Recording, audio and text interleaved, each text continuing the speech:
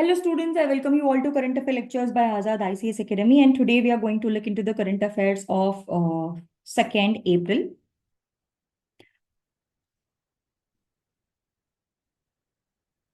Before we look into the current affairs of 2nd April, let us try to find out the questions and answers. What is vibe coding? See, generally try to understand what is vibe coding. Vibe coding is a coding method in which you are giving prompts to AI and AI will generate the code.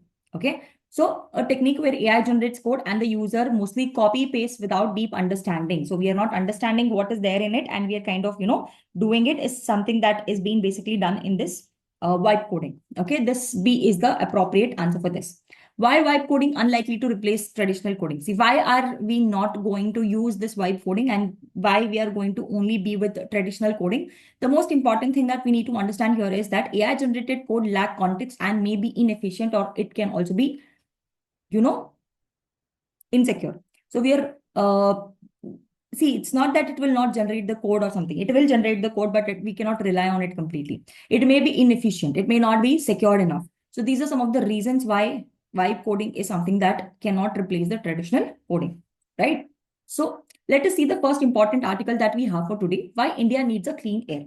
Okay. So now let us see. India focuses on persistent air pollution crisis, impacting health, public health governance, and economic activities. See, if the air quality is not good, it's not just about the human beings, it's also the government who's going to face in a lot of issues. I'll tell you how government is going to face in a lot of issues. The reasons is because if you remember a few days ago, we had seen that the solar panels may not be of that great importance because of the dust, because of other particulate matters that are suspended in the atmosphere. So you have to understand that the air pollution is the crisis, not just for health point of view, for governance point of view, from environment point of view as well, right? So while politics exist, fragmented implementation and lack of data-driven solutions hinder significant progress. So you can see that there's progress is also not that much.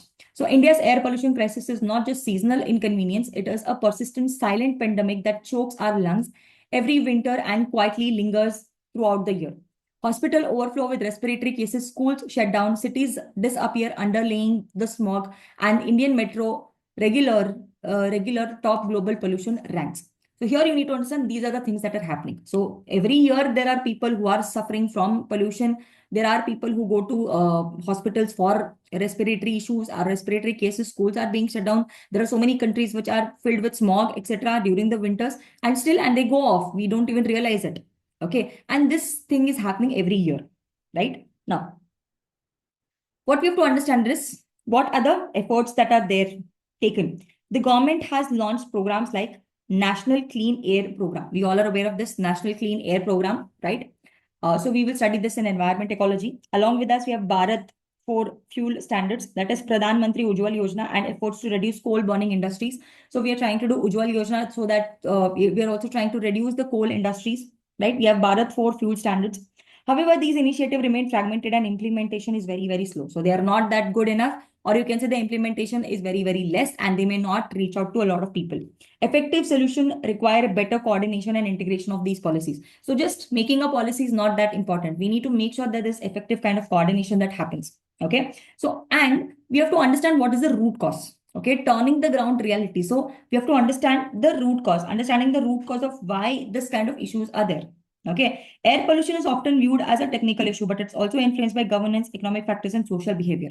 It's not just a economic factor. It's not just an environmental factor. All the three things are required to be noted over here. Okay, local level workers such as municipal or officer and engineer play a key important role, but face budget constraints and outdated infrastructure. Strengthening local governance is crucial and sustainable process. See, you have a municipal corporation office. And here at a local level, what's happening here is at a local level, it is very difficult for anybody.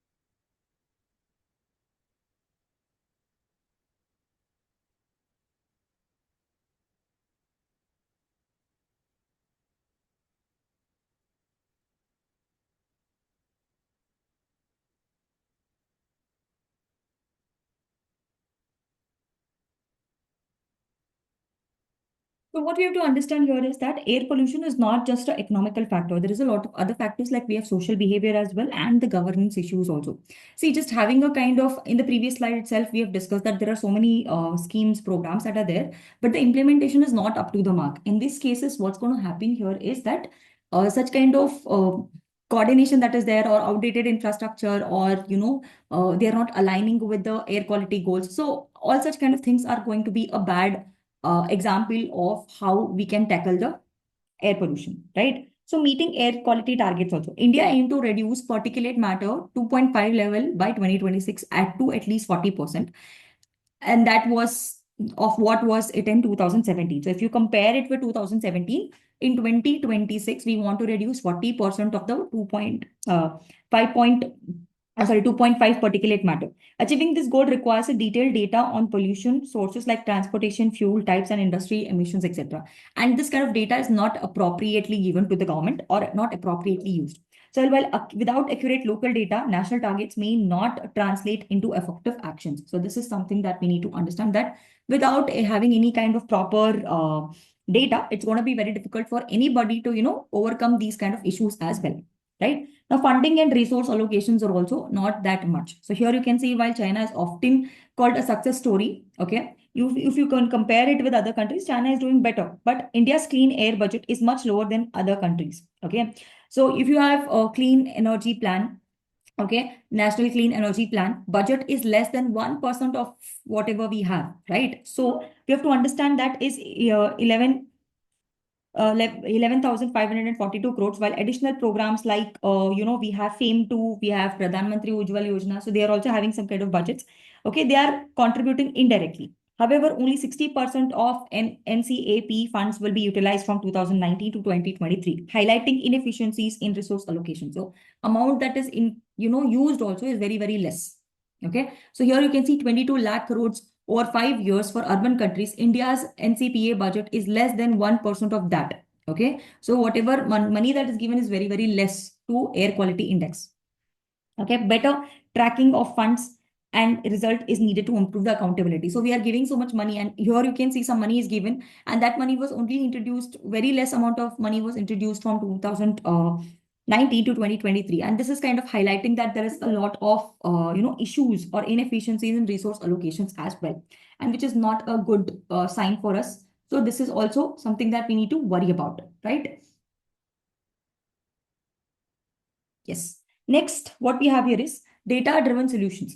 So what are the solutions that we can have for this? Okay. What other countries are doing along this? As I've already given you examples of China, and China has closed all its coal plants, and Brazil is using community-led waste systems, etc. But what is a data-driven solution? We also have to understand that. See, a three-phase approach is recommended. What is the solution that we need to give to India? Let us not just compare it with other countries, but let us see what India can do. A three-phased approach is recommended. Identify major pollution sources like local emission data. Allocate funds based on the real pollution data, not just general estimates. We're not supposed to give any general estimates. Give them a proper data, okay, and allocate funds based on the data that is given. Measure reduction in emission, not just pollution level, and track the actual progress. So the actual progress should also be tracked. So such kind of things can be done. High technology solutions like smog towers, AI-based pollution trackers have limited impact if basic resources like biomass burning and old industry methods are not addressed. So if you're not addressing some things which are going to, release in a lot of emission, then it's going to be very, very difficult to, track them. Urban areas may get advanced tools, but rural and informal sectors contribute significantly to the pollution, and they need better attention.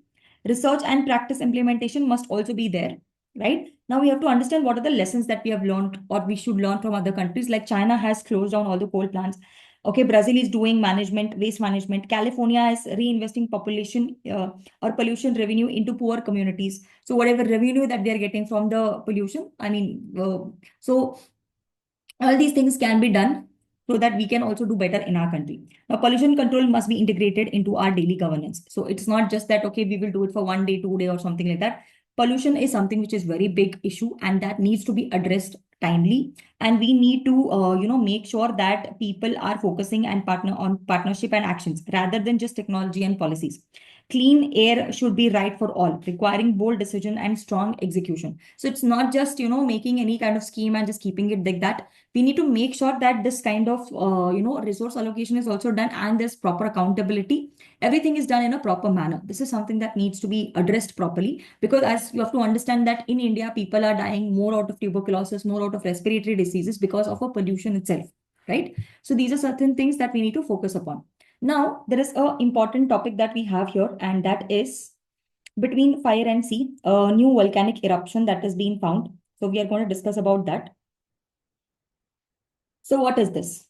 So lava erupted from the volcanic fissure near Granvik, Iceland, leading to excavations. This marks the Earth's eighth eruption.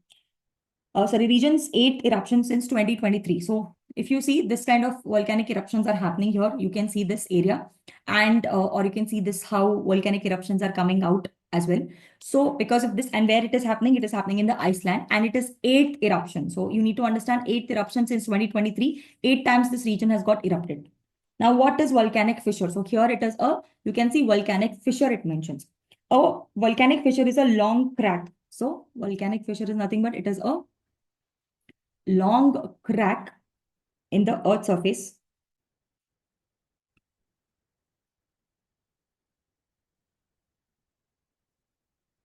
from where the lava erupts.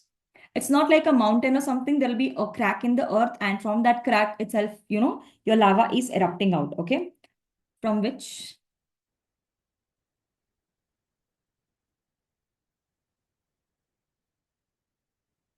lava erupts.